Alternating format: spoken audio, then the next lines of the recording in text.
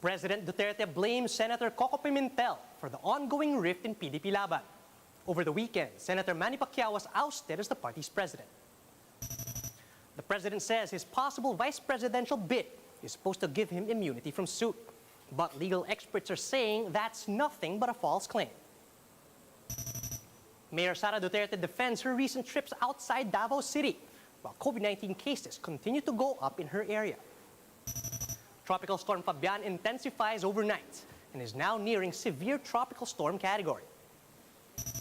And Manila Bay's infamous Dolomite Beach reopens to the public until Tuesday.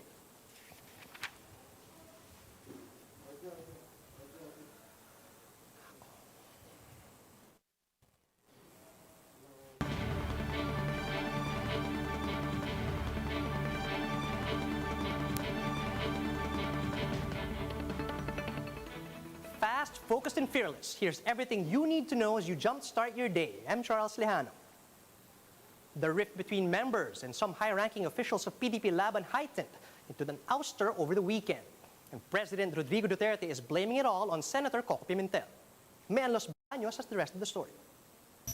No less than President Duterte himself led the oath-taking of the new officers of PDP-Laban on Saturday afternoon.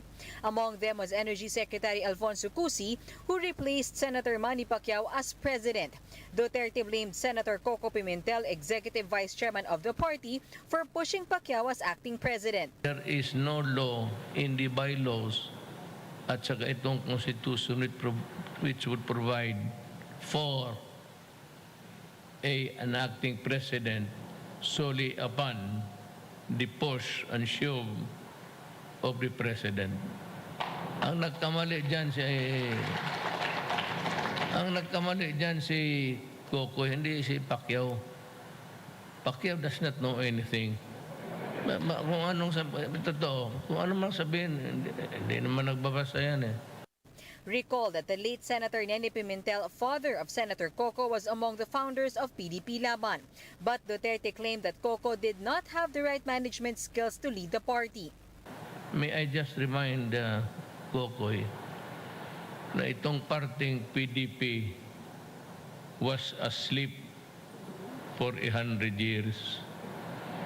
It only woke up during the election and a run for the presidency under the ticket.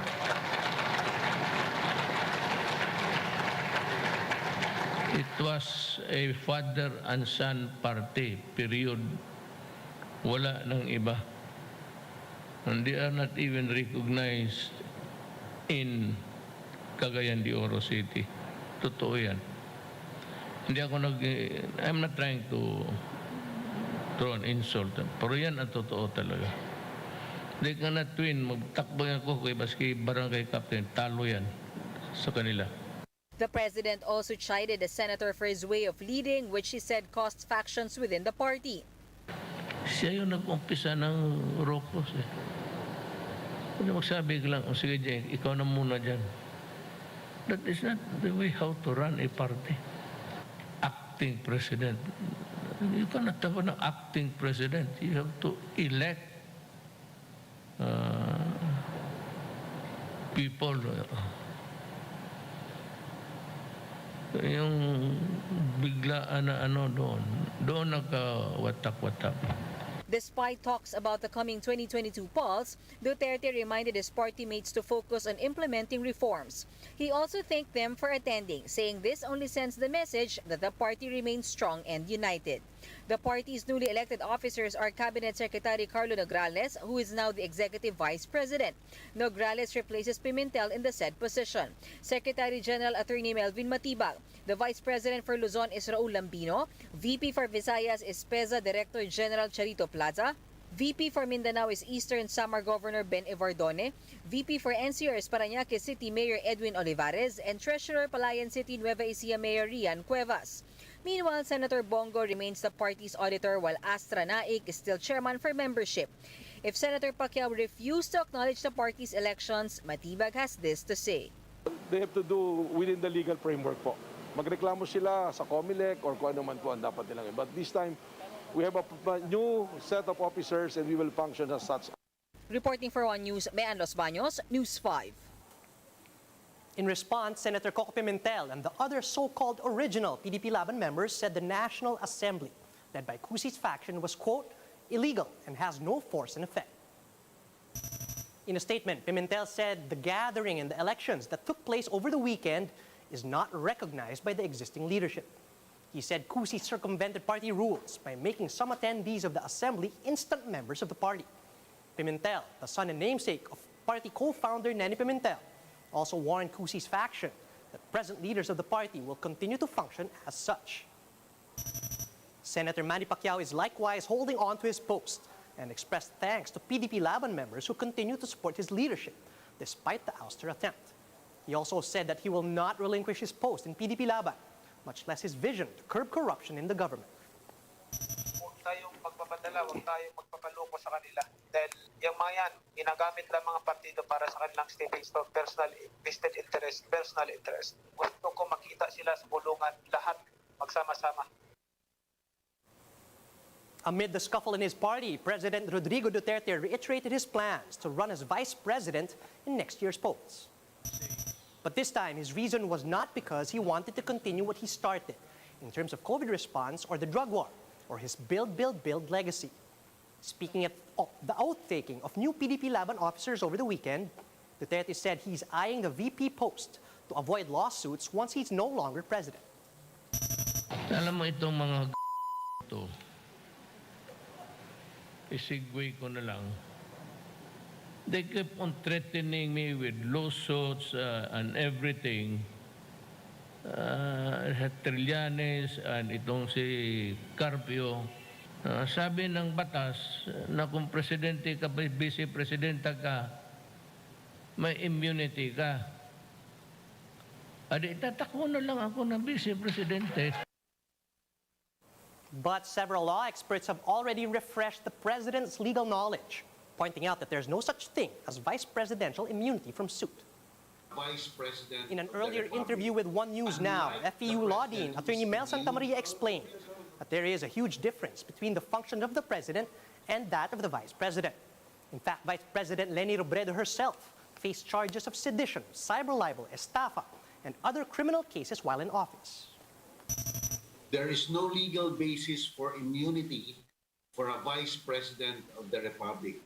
Unlike the President who is immune from suit, a Vice President is not, simply because the functions of the two differ from each other. The principal objective is to wait for the assumption to a higher office, which is the presidency. She is not even a cabinet member unless the president designates him or her as such. That is the reason why a vice president is not immune from suit.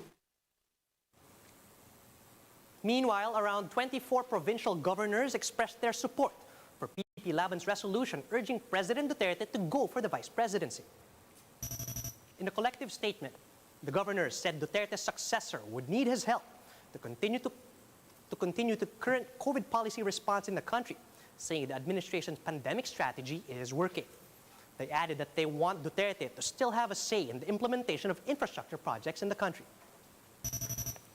The 24 governor signatories of the support statement are now being flashed on your screens. They said it would bode well for the country if Duterte could continue his war on drugs, which they say made rural communities more peaceful to live in. These governors also said that they want Duterte to help his successor to continue to fight against corruption, while also reviving local tourism to pre-pandemic levels.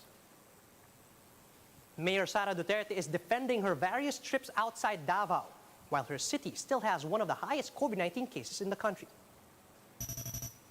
Duterte said that she intends to progress with her political career with or without the pandemic. The city mayor added that COVID-19 will not suspend the filing of COCs in October. Although Duterte assured Davaoeños that she will continue to carry out work as their mayor, even if she leaves the city 3 days a week. Meanwhile, President Rodrigo Duterte has once again slammed former Senator Sonny Trillanes and retired Supreme Court Senior Associate Justice Antonio Carpio. Duterte insisted that he cannot be held accountable by the International Criminal Court because they supposedly have no jurisdiction over the Philippines. The president added that his critics cannot invoke the Rome Statute against him because the treaty was never published in a Philippine newspaper. Ito si Carpio, ito bright naman ito, bright na bugok. But I don't think Carpio is bright. Kababayan ko yan eh. Ano lang, mapurma. Ito si Trillanes, sige, yo. You know, this is, treaties shall form part of the law of the land. So treaties that are ratified, then published, approved by the President, dito it becomes a law. Failure to do that, there is no law. Moving on now to some weather updates. Tropical cyclone Fabian continues to intensify and is now nearing severe tropical storm category. Tropical storm Fabian was last spotted over 1,000 kilometers east-northeast of extreme northern Luzon. It is bringing winds as much as 85 kilometers per hour near the center and gustiness of up to 105 kph. Despite this, the tropical storm is unlikely to bring heavy rain over the country. However, Fabian is enhancing the effects of the southwest monsoon, which is causing rain over parts of northern Luzon. TS Fabian is forecasted to exit the Philippine area of responsibility tomorrow evening or on Wednesday morning. But Pag-asa warns that Fabian may re-enter the PAR due to the southward shift of its track. The Manila Bay Dolomite Beach is open to visitors until Tuesday. Camille Samonte tells us what to expect if you're planning to visit Manila's rehabilitated tourist destination. Families and groups flocked the Manila Bay Dolomite Beach on Sunday after the Environment Department reopened it to the public. The artificial beach is open to visitors from 8 a.m. to 11 a.m. and 3 p.m. to 5 p.m. until Tuesday. However, only 120 people are allowed in the area for every 5 minutes. Senior citizens and minors with adult companions are allowed to enter. But eating, drinking, and picking up dolomite sand in the vicinity are strictly prohibited.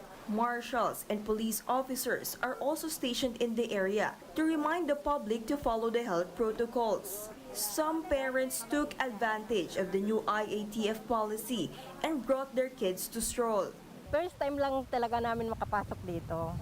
Maganda naman. Matagal na pero bawal kasi, pero nagbabawal, di ba?